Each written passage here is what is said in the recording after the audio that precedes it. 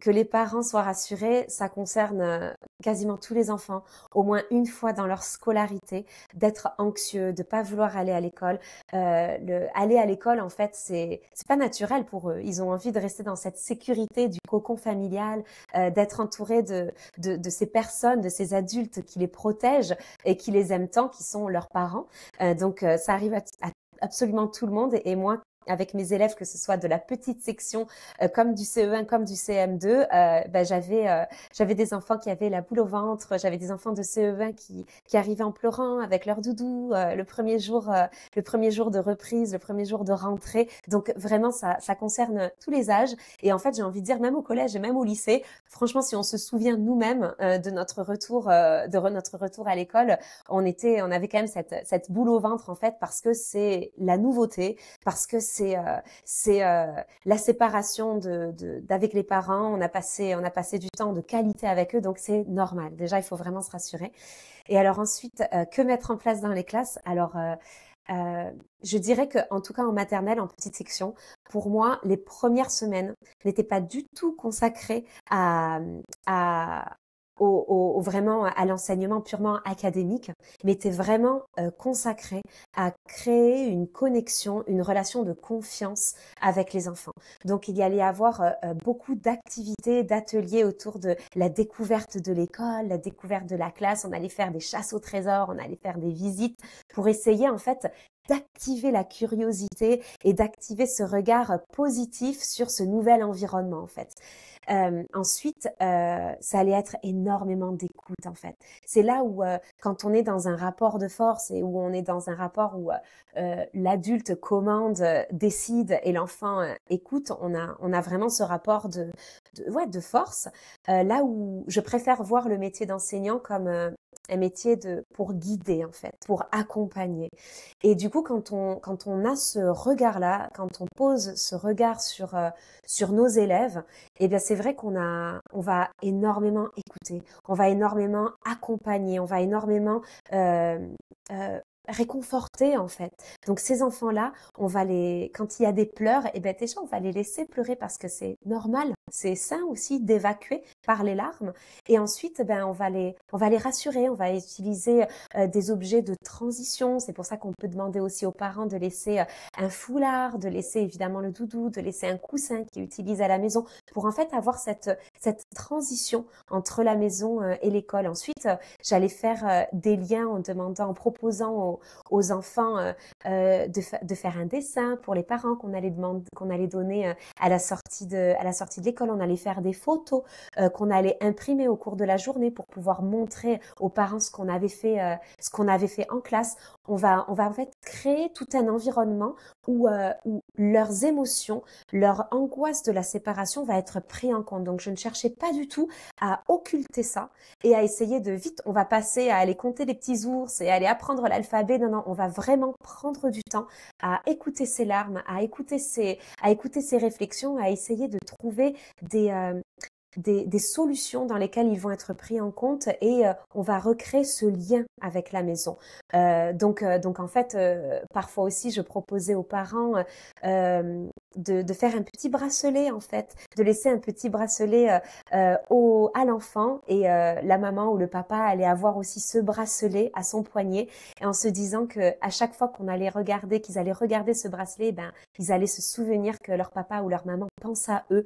Donc en fait, moi j'allais dans la journée rappeler à l'enfant cette petite technique pour essayer de se connecter aux parents. Donc l'idée c'est pas de créer une coupure, de créer une séparation, mais vraiment de prendre en compte ça, de passer par une étape de réconfort et ensuite de transition pour créer ce lien tout en ouvrant les yeux sur toutes les merveilleuses choses qui vont apprendre. Ensuite, dans la classe, je mettais aussi en place, je proposais aux parents, par exemple, de mettre un petit album photo de eux avec des photos de famille, des photos de vacances que l'enfant peut aller consulter durant la journée. Un petit système de mots aussi, d'enveloppes, par exemple que les parents glissaient dans la boîte à goûter, et puis l'enfant il pouvait aller voir, découvrir le dessin que le parent lui avait fait ou le petit mot qu'il lui avait écrit, des choses comme ça en fait qui rappellent cette connexion en fait. Et je sais qu'il y a l'aspect oui mais il y a 25 enfants dans la classe, comment on fait? Mais en fait au début, c'est vrai que les premières semaines en fait on a l'impression qu'en fait on se transforme en pompier, on éteint un petit peu des feux un petit peu partout, mais oui en fait on va se consacrer à réconforter ces enfants, et ce temps que l'on passe à les réconforter, c'est du temps de gagner par la suite, parce qu'en fait on crée là une relation de confiance, parce que l'enfant sait que lorsqu'il est triste, lorsqu'il est anxieux, il est écouté, il est entendu, il est vu, et c'est du temps de gagner pour la suite en fait, parce que ça va créer une connexion et une confiance qui est hyper précieuse pour donner par la suite l'envie à l'enfant de venir à l'école en fait. J'avais écouté une de tes interviews et justement, tu avais parlé de la technique du bracelet ou même de créer un petit objet que tu fais avec l'enfant et qui peut garder avec lui. Je l'avais fait avec ma fille à la rentrée des classes. Et ça m'avait, c'est bête, hein, mais ça m'avait aussi rassurée. Ça nous avait fait du bien à toutes les deux. Et ça lui avait fait beaucoup de bien quand elle était à l'école, parce qu'elle savait qu'elle avait son petit objet un peu porte-bonheur finalement, et que maman pensait à elle, qu'elle avait son petit bracelet, qu'on était connectés. Et ça avait aussi permis de poser des mots et de lui montrer que j'étais là, que je l'écoutais et que je sentais qu'elle était en, diffi- en difficulté. Oui. Donc je partage complètement ce que tu dis pour l'avoir testé avec ma fille en septembre, là, pour la rentrée. Et Et tu as c'est tout à vrai fait que, raison, hein, ça rassure les ah, enfants mais, autant que ouais, les parents. Les ça m'a aussi parents ont besoin de accompagnée. ça. Mm. Oui, Parce que c'est une séparation aussi, finalement, pour les parents, pour l'enfant et pour le parent. oui, Et c'est vrai qu'en ce moment, nous, ce qui est assez difficile, pas tout le temps, hein, mais quand il y a une grande coupure, comme par exemple les vacances scolaires ou un long week-end, que ce soit pour ma fille ou même je le vois pour les mamans autour de moi, le retour à l'école est encore plus difficile. Les séparations sont assez compliquées. Donc là aussi, on peut avoir son petit qui s'accroche, qui pleure, qui nous dit qu'il a pas envie de retourner à l'école. Donc moi, je la laisse à l'entrée de la classe et même à l'entrée du portail maintenant avec le plan Vigipirate. Voilà, je la laisse à l'entrée du portail et je la vois partir avec sa petite bouille toute triste. Et là, en tant que maman, on a juste envie d'être une petite coccinelle et de savoir comment ça va se passer. On se dit, mais on laisse notre enfant tout triste. Qu'est-ce qui se passe en classe? Est-ce il va être mm, comme ça toute la journée? Est-ce que la maîtresse va le rassurer? Parce qu'en plus, il y a la maîtresse, la TSEM, elles sont pas beaucoup. Donc, on se pose plein de questions. Et c'est vrai qu'on aimerait bien être cette petite coccinelle qui aimerait réconforter et observer en fait comment ça se passe en classe. Qu'est-ce que tu aimerais dire, toi, à tous ces parents qui vivent cette situation difficile et qui partent en regardant leur enfant aller en classe, le cœur serré, en fait, en laissant leur enfant triste? ouais.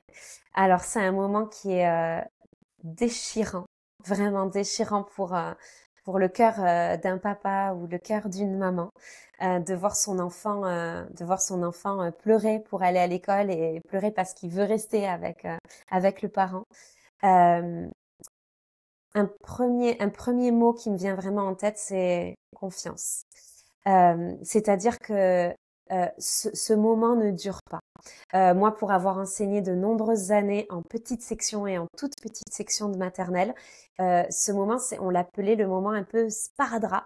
Donc, en fait, bien sûr, j'encourageais les parents à parler avec leurs enfants en fin de journée de tout ce qu'ils avaient fait, et puis avant de venir à l'école, de discuter un petit peu de ce qu'il allait faire en journée, etc. Mais ce moment précis de la séparation, c'est comme un sparadrap. Plus on le fait rapidement, et plus ça va passer en fait.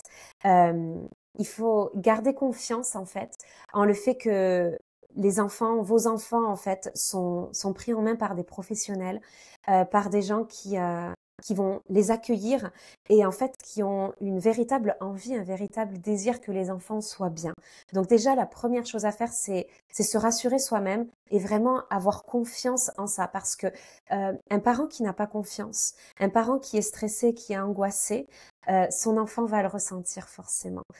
Et je ne dis pas, et je ne dis surtout pas ça pour culpabiliser davantage les parents qui sont angoissés ou qui sont stressés. Je dis juste que en travaillant sur soi et en s'apaisant, en faisant confiance en ces adultes qui vont s'occuper des enfants, vous ferez du bien à vous et vous aiderez votre enfant à mieux vivre cette transition en fait, qui de toute façon est difficile parce qu'une transition, une séparation est toujours difficile.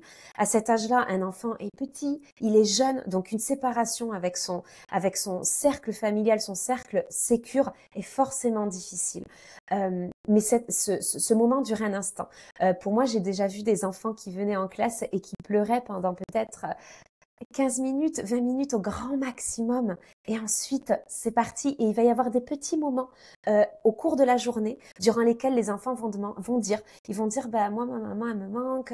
Moi, j'ai envie de rentrer à la maison. Et c'est durant ces moments-là que l'adulte, en fait, que l'enseignant ou que l'ATSEM va pouvoir l'écouter, le réconforter, lui faire un câlin, le prendre dans les bras, aller chercher des photos de la maman, regarder le bracelet qu'il a, aller chercher un doudou, une serviette, un foulard pour pouvoir se gonfler à ce moment-là, se remplir à ce moment-là d'une odeur, d'un souvenir, d'une image pour pouvoir poursuivre sa journée et pour pouvoir patienter. Il faut pas se voiler la face. Un enfant, s'il a le choix à cet âge-là, il fera le choix certainement, en tout cas en grande majorité, de rester à la maison parce que ce n'est pas naturel de quitter ses parents en fait. Donc cette difficulté-là, cette douleur-là, elle est normale en fait.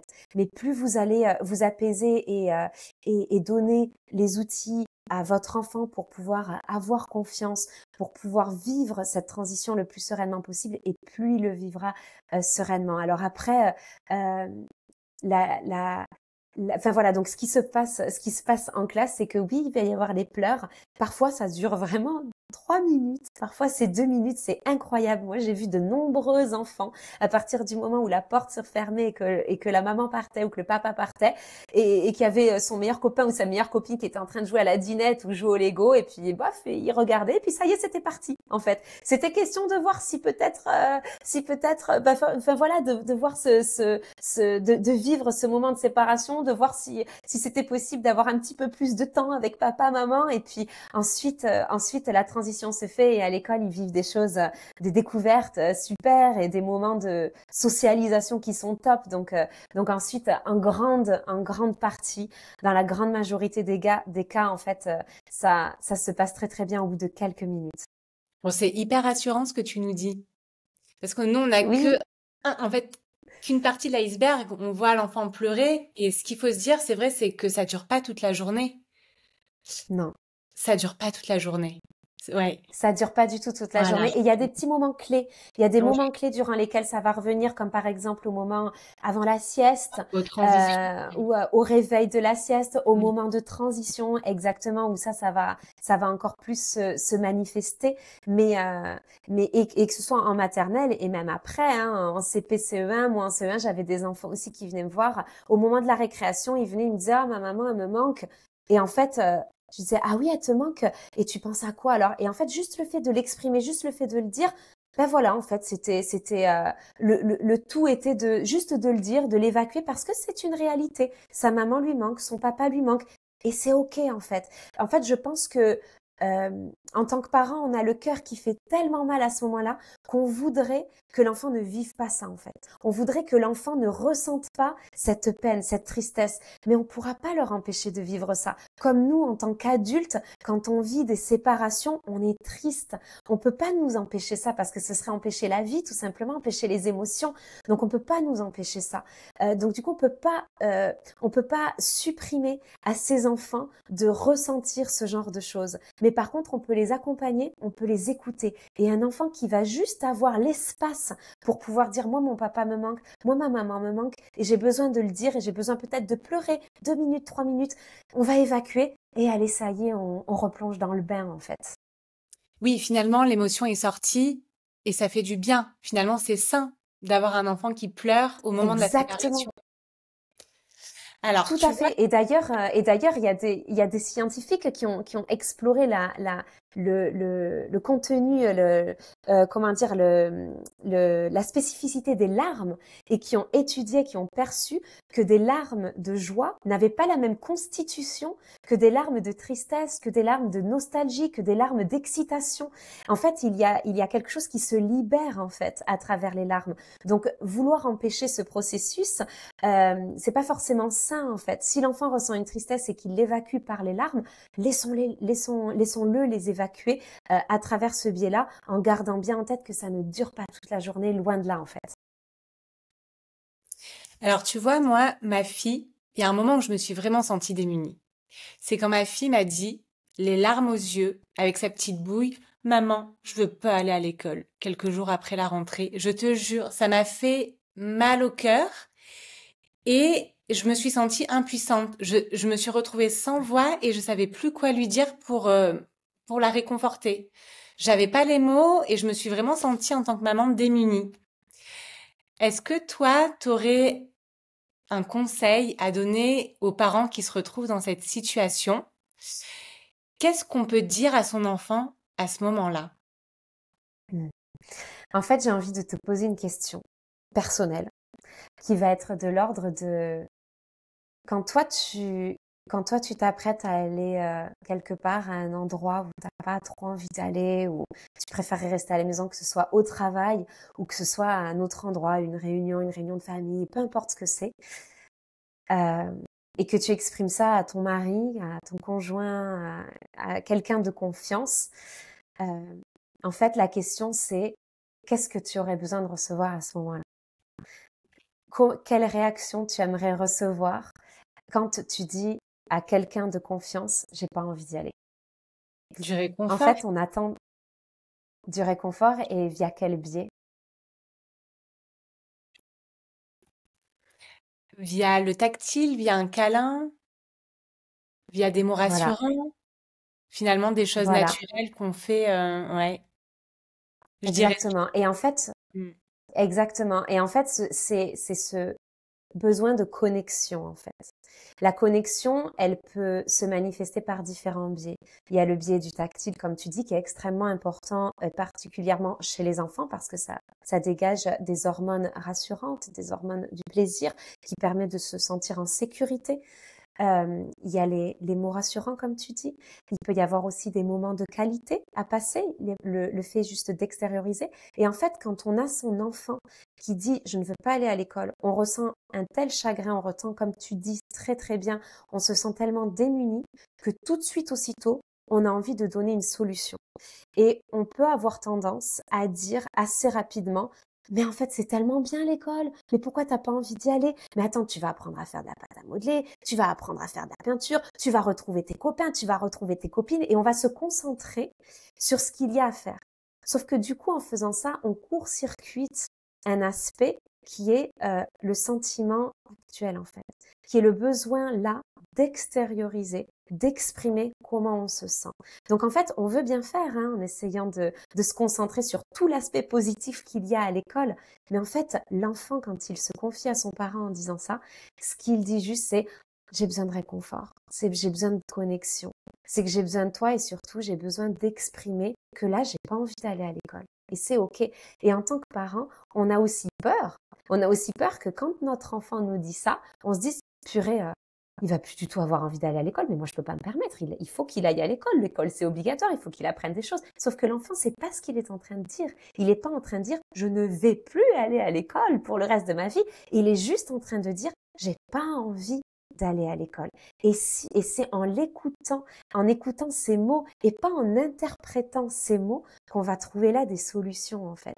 Donc comme nous quand on dit j'ai pas envie d'aller au travail, ben en fait, on a juste envie de dire ah, je sais, c'est dur, ma chérie. T'as pas envie d'aller au travail, t'aurais juste envie de rester là et allez, vas-y, viens, je te prends fort dans mes bras. Et juste ça, en fait, ça libère quelque chose, en fait. Ça nous donne de la force, ça nous donne du courage parce qu'on se sent compris, on se sent connecté, on sent qu'on est avec une équipe en fait et que cet équipier, le soir, on va le retrouver en fait. Donc le conseil que je donnerais, c'est déjà de faire de la place à cette expression, à écouter son enfant, lui donner de la place en disant « Ah bon, t'as pas envie d'aller à l'école? Comment tu te sens en fait ?» Lui faire de la place, juste l'écouter et ensuite lui demander « T'aurais besoin de quoi là? Est-ce qu'un câlin, ça te ferait du bien? Est-ce que peut-être faire une petite partie d'un jeu de cartes avant de partir, est-ce que ça te ferait du bien? Est-ce que si on chantait une chanson ensemble, ça te ferait du bien? Est-ce que si on se créait un slogan, ça te ferait du bien? Est-ce que si on se fabriquait un bracelet avec de la laine pour se connecter, ça te ferait du bien?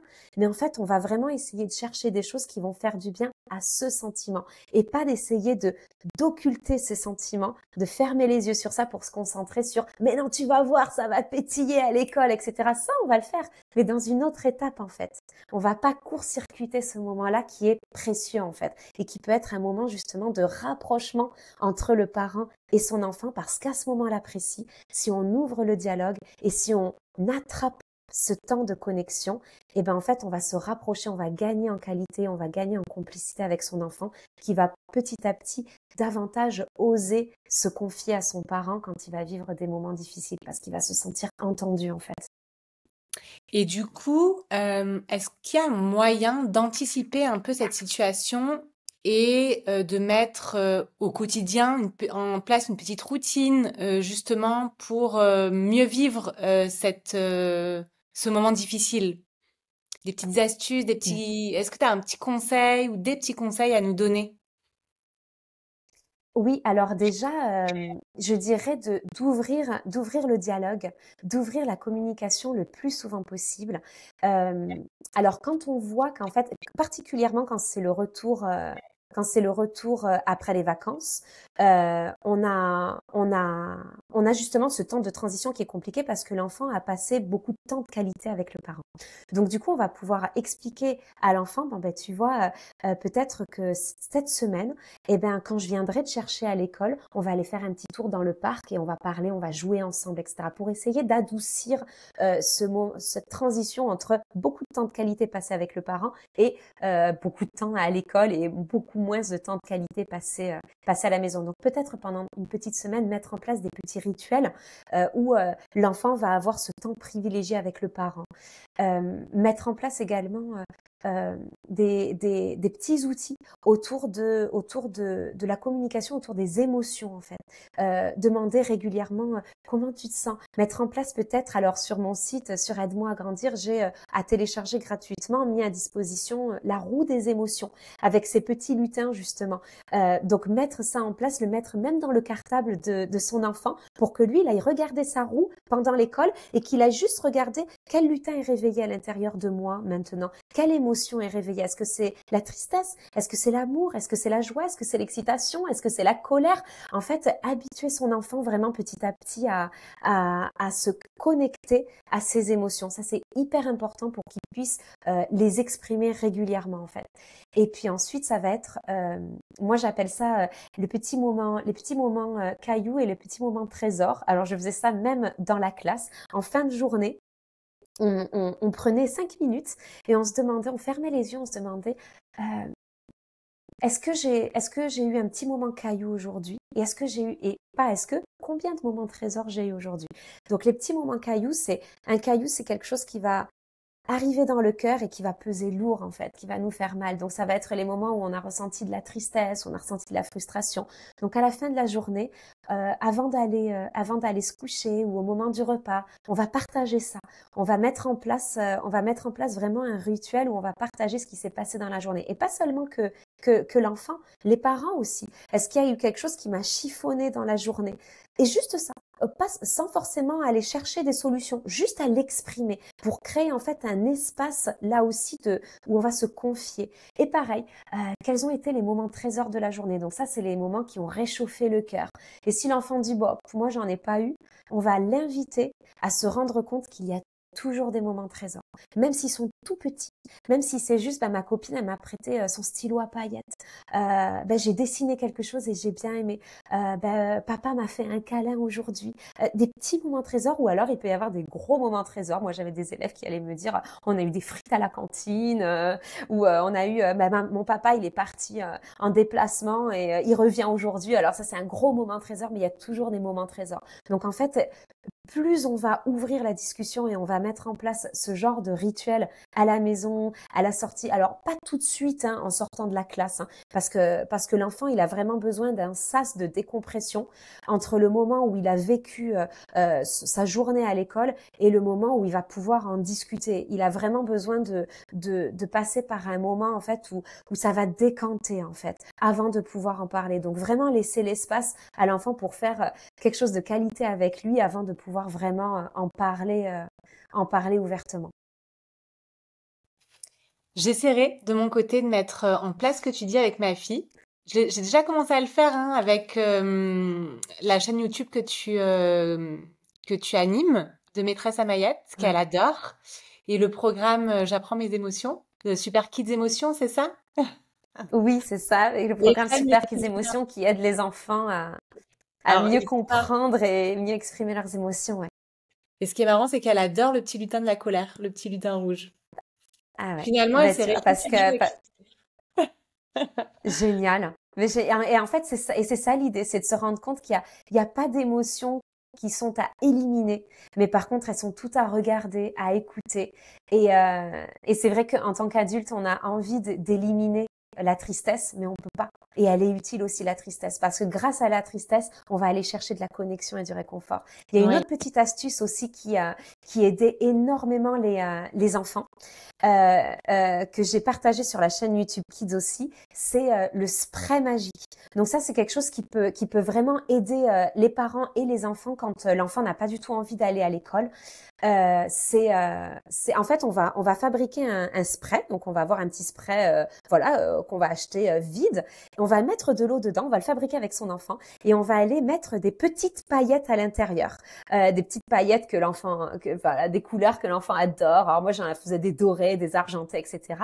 Et en fait on va réciter une formule magique en glissant ces paillettes dans le spray et on va dire grâce à ces paillettes magiques, grâce à ce spray magique, je vais avoir du courage, je vais réussir à surpasser mes peurs, je vais regagner en joie et je vais regagner vraiment en force pour pouvoir affronter quelque chose qui me semble difficile. Et en fait, je l'avais fait avec une élève de CP qui avait changé d'école et qui pleurait tous les matins en allant à l'école et elle ne voulait pas du tout y aller. Donc on avait vraiment travaillé autour des émotions et on avait fabriqué ce spray.